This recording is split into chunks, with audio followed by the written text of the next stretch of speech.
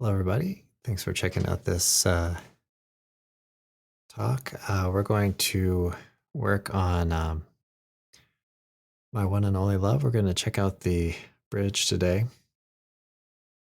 and check out some voicings. Drop 2, 3 voicings. So kind of the idea here that we're working with is to have certain tones that identify the quality of the chord on the strings 3 and 4, and get a sense for how things move from one chord to the next. So we'll use some inversions to do that, and we'll work on using these drop 2 and drop 3 voicings.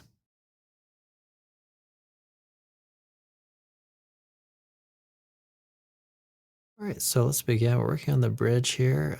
We have E minor 7. So let's check out a little bit of the drop 2 type voicings.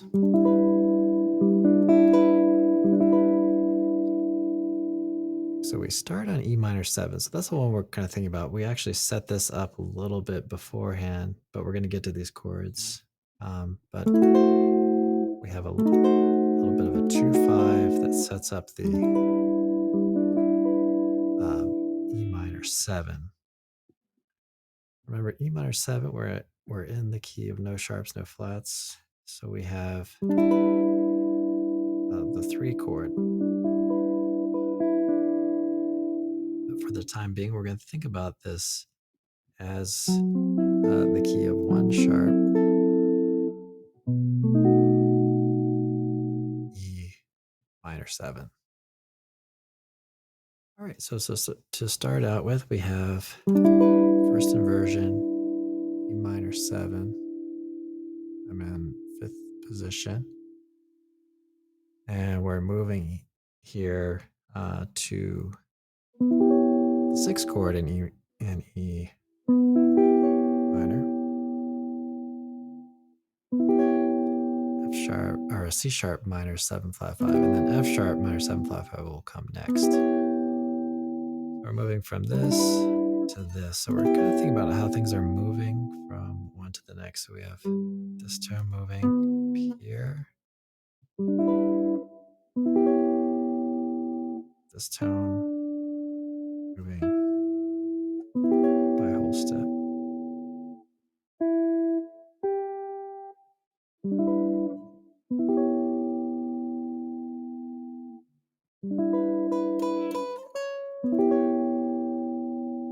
Okay, so moving like that. So we're thinking about the kind of individual voices kind of moving up. So there we have the C sharp minor 7 flat 5. So now we start our circle of fifths here, descending back to the E minor.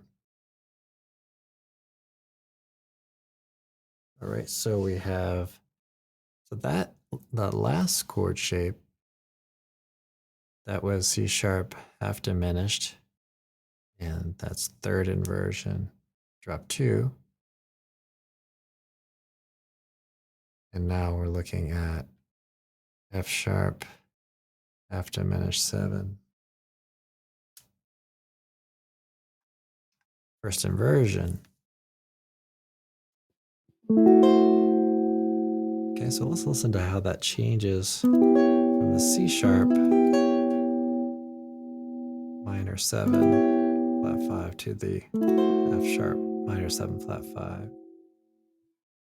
This note moving down,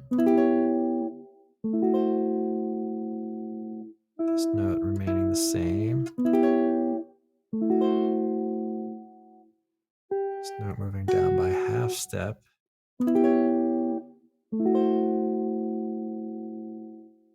and then this note moving down by half step.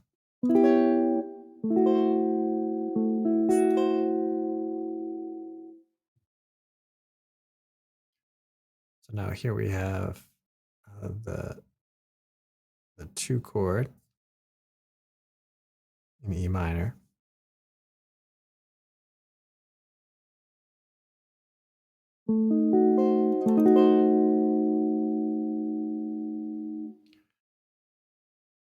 Okay. And then we're going to think about B7. So to start out with here, we'll think about B7 and third inversion. That's the drop 2.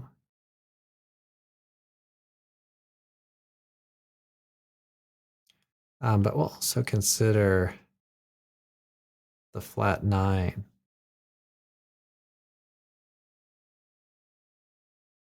Okay, so the flat 9, the 5th of the F sharp minor 7 flat 5 comes the flat 9 of the B7. Flat 9. So we'll kind of consider that. But let's start with the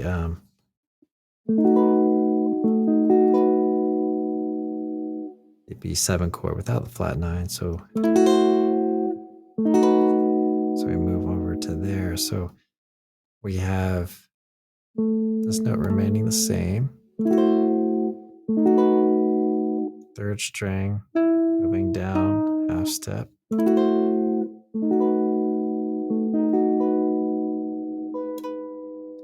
Okay, and then this tone remaining the same. And then this tone moving down by half step.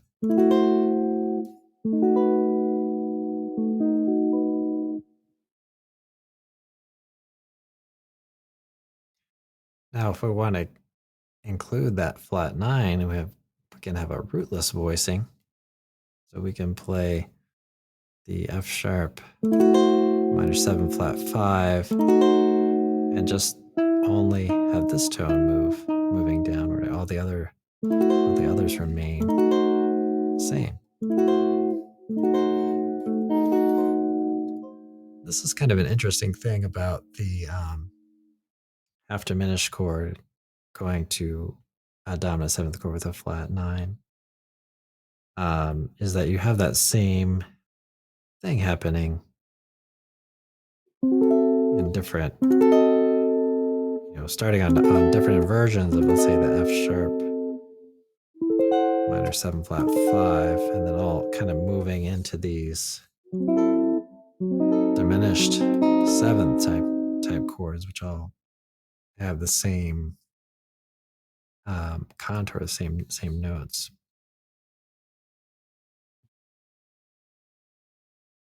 Okay, now if we keep that flat 9, we get a little more tension going into the E minor. So at this point, we repeat at least the last. Well, we go to E minor. So let's include that and talk about that. So the E7 or the B7 going to the E minor 7 sounds like this.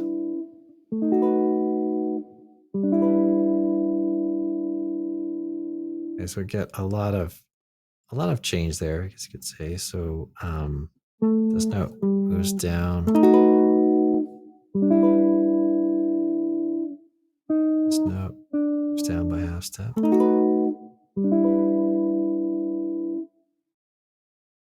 This note moves down a whole step. And then this note would remain the same.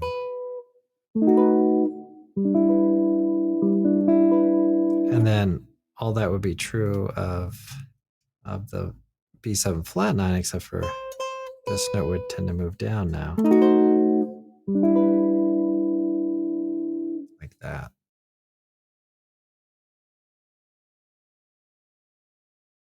Okay, so like I said, in the progression, my one and only love, this all gets repeated.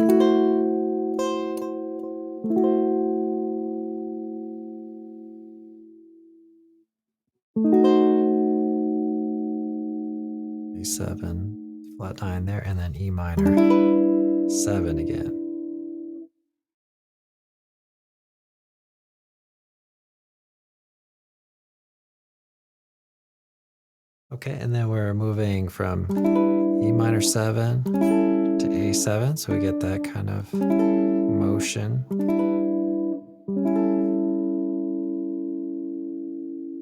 Headed to the D minor 7.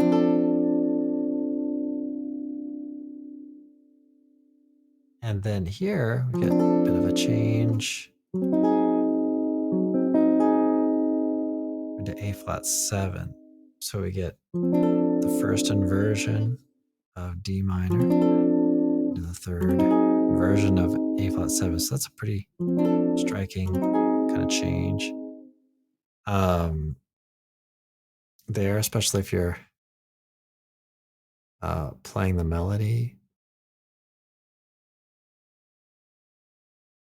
Might include sharp 11, so you could replace fifth with the sharp 11, and you could kind of do these with almost all these in different ways. But I'm just going to point this out because it is kind of particularly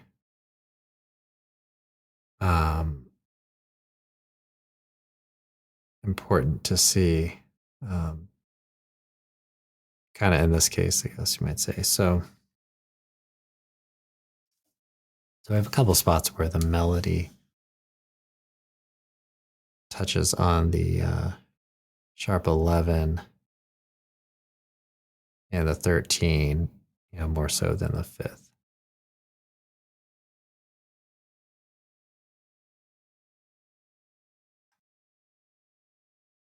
So that kind of sound would be like this. This has its own interesting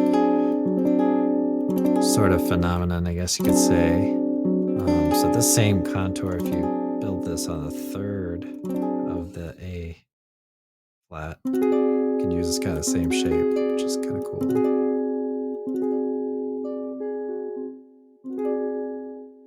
So you get the same kind of type of chord. You get the A flat 7, sharp 11, in both instances with the same shape. So that's kind of a cool thing. And then also with 13 in there. Want to choose that one. Okay, and then G7 sus4. We can kind of think of this as D minor 7 over G as well. It's another way to maybe think about it. But in this case, that note on the third string is going to go down a half step.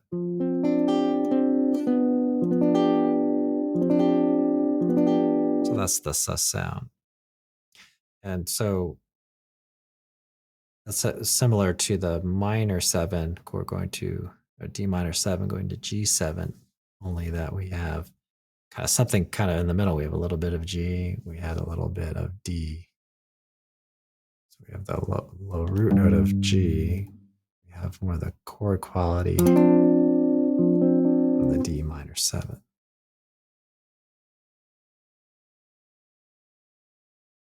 Okay, and then we could have that, land on like a C, let's say a C major 7.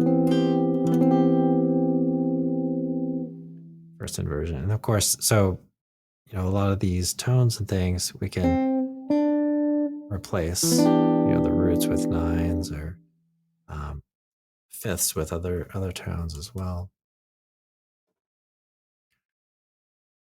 So let's go back and look at the drop 3 type voicings.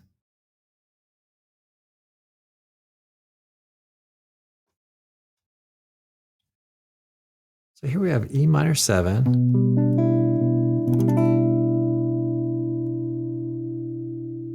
Okay. And prior to this, we've had this sort of change again. Now notice if we compare, and this is why these are kind of on the same page here, we can see that the notes on strings 2, 3, and 4 are the same for both diagrams there, and we can hear that too. And then, so the drop 3, we have this note on the low 6th string rather than the first string. Okay, so that is going to move to, here we have the root position of C sharp minor 7 flat 5. So that's pretty closely related to the E minor 7. You see in here we have the second inversion of E minor there. E minor chord, see that? And then bring that over the C sharp. So C sharp minor 7 flat 5. Okay, and again, we went through a lot of these motions, so they're kind of similar. So it was C sharp minor 7 flat 5 moving to this F sharp minor 7 flat 5. So we're getting, the point of this is to kind of get some smooth voice leading happening, moving from there to there,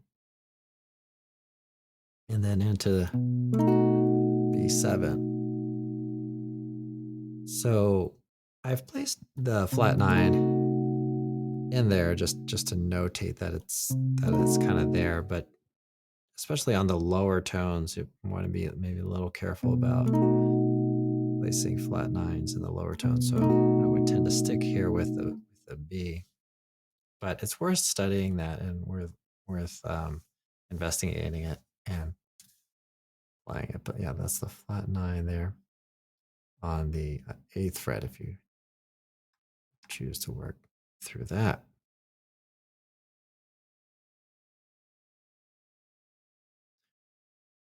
Okay, and that can be worthwhile to just check too, just getting a sense for how the voices move. So I'm including the flat 9 there, and that's going down to the 5th. So also with just the root note going over to this.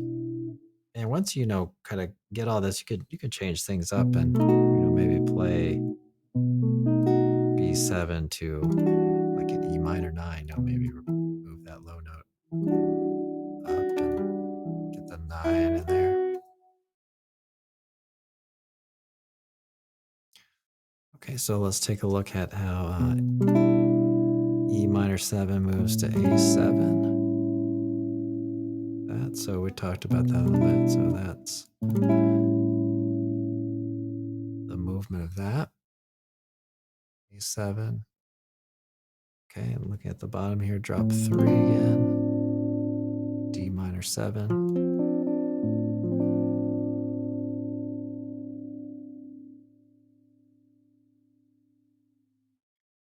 A flat 7. That change, feeling fairly abrupt. You might, if you experiment with that sharp 11, it's a little less so. So I'd recommend kind of going with that sharp 11 there. All right, and then we get that G7 sus4 sound going through the G7. So it's just that one tone, moving from that to that.